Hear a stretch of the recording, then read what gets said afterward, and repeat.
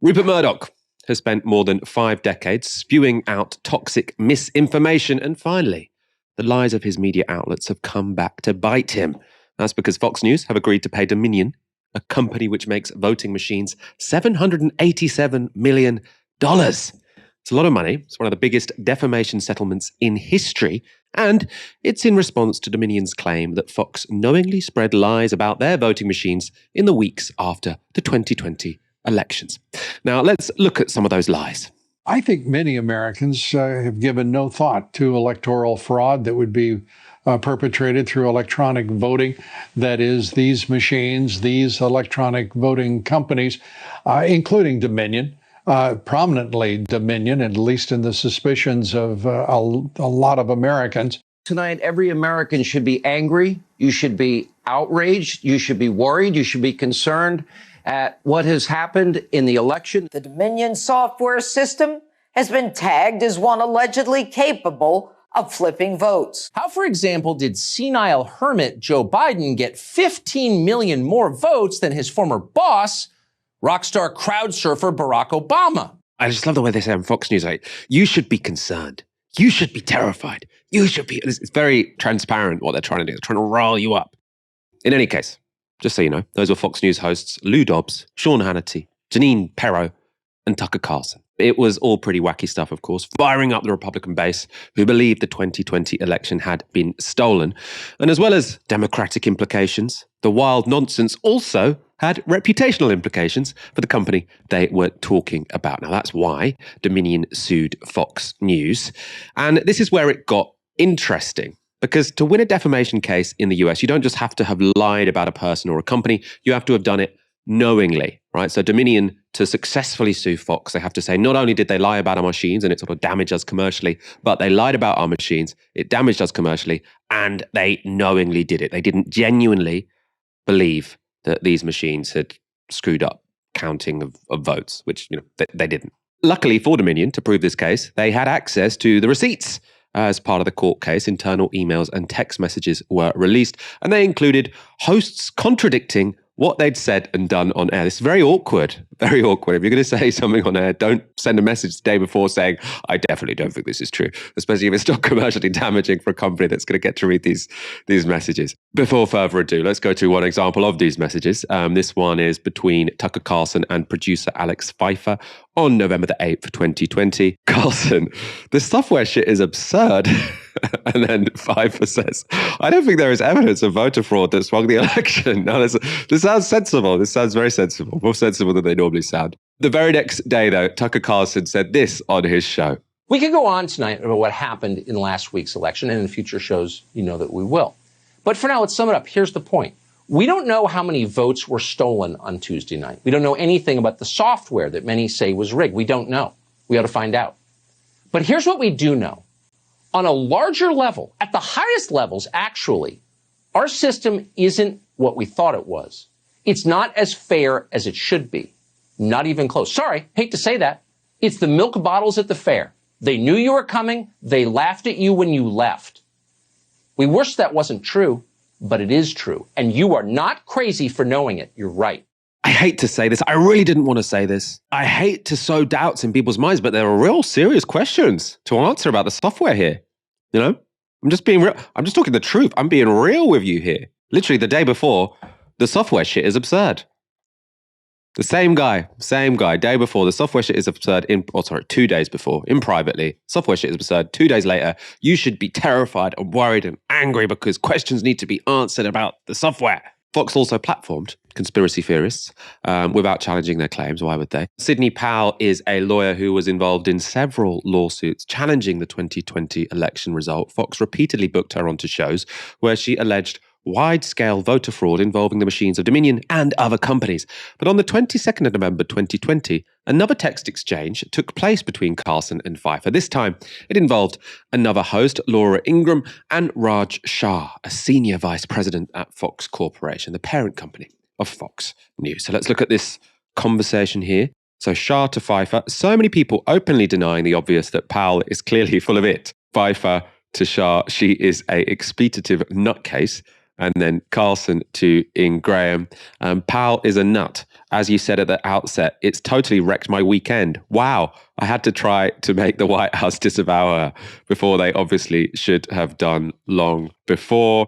And then Ingram to Carlson says, no serious lawyer could believe what they were saying. And Carlson to Ingram, but they said nothing in public. Pretty disgusting. God, can you imagine knowing that a ridiculous idea is being spread and saying nothing in public about it? Can you imagine that?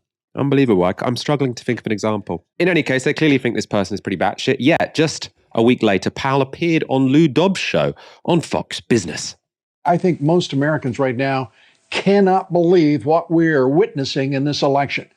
We have across almost every state, whether it's Dominion, EBS, whatever the company, voting machine company is, no one knows their ownership, has no idea what's going on in those servers, has no understanding of the software because it's proprietary. It is the most ludicrous, irresponsible, and rancid system imaginable in the world's only superpower. Again, it's something. It's real tone of this. I don't want it. The world's only superpower. We should be able to have software that works in our voting machines. I mean, they did have software that. I mean, there are lots of problems in America, but their voting machines isn't one of them. Choose one of the real problems. Of course, always close to the center of the drama was former President Donald Trump. Communications from top executives show that they discouraged hosts from challenging Trump's claims of fraud in the wake of the election. Suzanne Scott is Fox News CEO after host Eric Shawn fact-checked Trump's voter fraud statements on air. She wrote this email to another executive. This has to stop now. This is bad business, and there clearly is a lack of understanding what is happening in these shows. The audience is furious, and we are just feeding them material bad for business. So someone thought, you know what, actually, maybe we should fact check some of this bullshit. And they apparently get told off. Or, you know, this is strongly discouraged. The evidence all looks pretty damaging for Fox News, which is presumably why they decided to settle this case with Dominion before it went to trial. And this is Dominion's lawyer speaking after that settlement was agreed. The truth matters. Lies have consequences. Over 2 years ago, a torrent of lies swept Dominion and election officials across America into an alternative universe of conspiracy theories, causing grievous harm to Dominion and the country. Today's settlement of $787,500,000 represents vindication and accountability. Lies have consequences. The truth does not know red or blue. People across the political spectrum can and should disagree on issues, even of the most profound importance. But for our democracy to endure for another 250 years, and hopefully much longer, we must share a commitment to facts. Misinformation will not go away. It may only get worse. Make that man president. You feeling inspired, Dahlia? I mean, on a more serious level, does this show there is a real cost for knowingly lying on air? Well, it's difficult, right? Because the US has a really different approach to things like regulating media because of its First Amendment. The First Amendment, it doesn't really have a proactive regulation process like we do here, Ofcom, which is supposed to be there to be able to proactively regulate misinformation, misleading, harm, etc.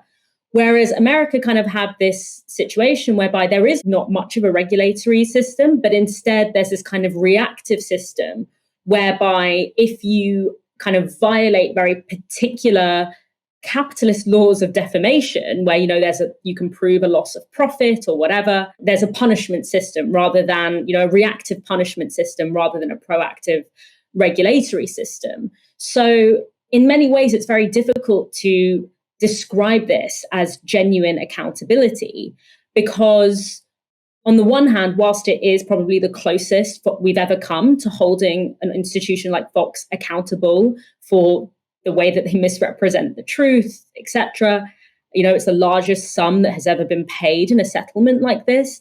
At the end of the day, there's no preventative system being put in place to stop something like this from continuing to happen. I don't think there's going to be a public apology, or at least the terms of the settlement don't seem to indicate that they will have to do an on-air apology. There's no clarity if anyone's going to be fired who is responsible for spreading this misinformation.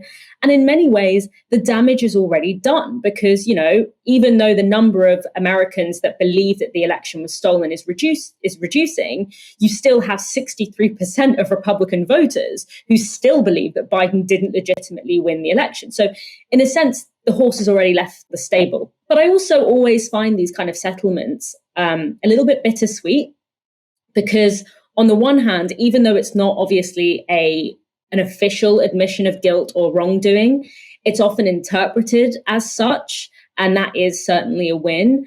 But on the other hand, I feel cheated often by these kind of settlements because the reason that a company like Fox would choose to pay this massive settlement is because they know that if they had to go through the legal process, if Rupert Murdoch had to take the stand, if, there was a subpoena on all of this information, that a lot of stuff would come out that would put Fox in a really bad light. And in a sense, I would have loved to have seen, a process of forcing Fox to be transparent about how it actually works and how it often knowingly, in this case, spreads misinformation. But it's also important to remember that punishing Fox with fines in this way doesn't really hit it where it hurts, because in many ways, Fox is probably willing to factor a lot of this kind of, this financial loss into its operational costs, because ultimately the goal of something like Fox is not to make staggering profits.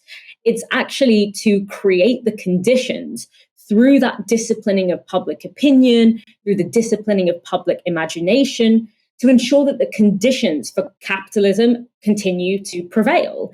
And so when that's what's at stake, there's no amount of fines that it would always be a drop in the ocean to the actual broader landscape of profit that is being secured by the ideological frameworks that Fox is normalizing. It's really difficult to say. On the one hand, it's the closest we've ever come to accountability. But on the other hand, it's not really true accountability because no one's really going to pay a price that actually matters. The power of Fox is not going to be reduced. And no systems to prevent this from continuing to happen is actually going to be put in place.